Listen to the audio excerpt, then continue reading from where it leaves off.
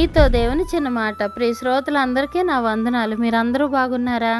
మీరందరూ బాగుండాలని వాక్యం ద్వారా స్థిరపరచబడాలని ప్రార్థిస్తున్నాను. ఈరోజు దేవుని వాక్యం ఫిలిప్పీ పత్రిక 4వ అధ్యాయము 7వ వచనం.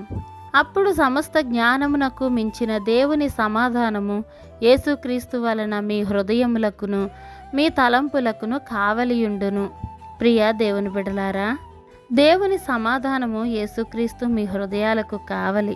ఆయన వాక్యానికి అంటుగట్టబడి ఉన్న హృదయపు లోతులో నుండి దేవుణ్ణి పిలిస్తే కలవరం చెందిన మన మనస్సులపై సమాధానం ప్రవహిస్తుంది.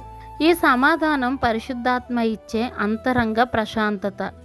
దేవుని ప్రేమ మన మేలు నిమిత్తం మన జీవితాల్లో కార్యం చేస్తుందని, యేసు ప్రభువు మనకు సమీపంగా ఉన్నాడనే దృఢ నమ్మకాన్ని మనలో కలుగజేస్తాయని పౌలు బోధిస్తూ ఉన్నాడు.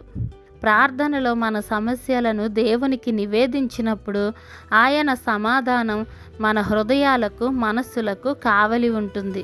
ఇది క్రీస్తులో మన నిరీక్షణను, మన జీవితాలను ఈ లోక వ్యాకులతలు, నిస్పృహలు ముంచివేయకుండా కాపాడుతుంది. ఆ దుర్ద భయం మనల్ని తిరిగి ఆవరించినప్పుడు ప్రార్థన, విజ్ఞాపన, కృతజ్ఞతలు మన హృదయాలను భద్రపరిచే దేవుని సమాధానంతో కప్పుతాయి.